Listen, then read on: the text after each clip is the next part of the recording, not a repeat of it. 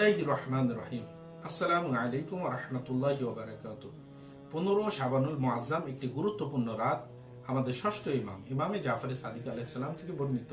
তিনি বলছেন, যখন ইমামে মুহাম্মদ বাকির আলাইহিস সালামকে এই রাতের বিষয়ে জিজ্ঞাসা করা হয়েছে, তখন তিনি বললেন কে শবে কদরের পরে সমস্ত রাতের মধ্যে সর্বশ্রেষ্ঠ রাত হলো 15 শাবানুল মুআজ্জামের এই রাত।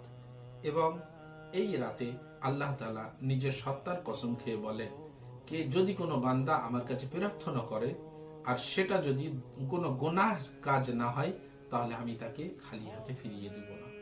অর্থাৎ আমরা যদি কোনো ভালো কাজের জন্য আল্লাহর কাছে দোয়া করি, তো আল্লাহ আমাদের খালি হাতে ফিরাবেন না, সেই কাজ যদি গুনাহ না হয়। এবং এই রাতকে ইবাদতের সাথে কাটানোর জন্য বলা হয়েছে, আল্লাহর নৈকট্য অর্জন করার জন্য বলা হয়েছে। এই রাতের বিশেষ কিছু আমল আছে, যেমন গোসল আছে, নামাজ এবং দোয়া, ইস্তেগফার। এবং এই রাতটি নামাজ, ইস্তেগফার ও দোয়ার মাধ্যমে জাগরণ করার জন্য বলা হয়েছে, যেমনটি আমাদের চতুর্থ ইমামে জাইনুল আবেদিন আলাইহিস সালাম করতেন।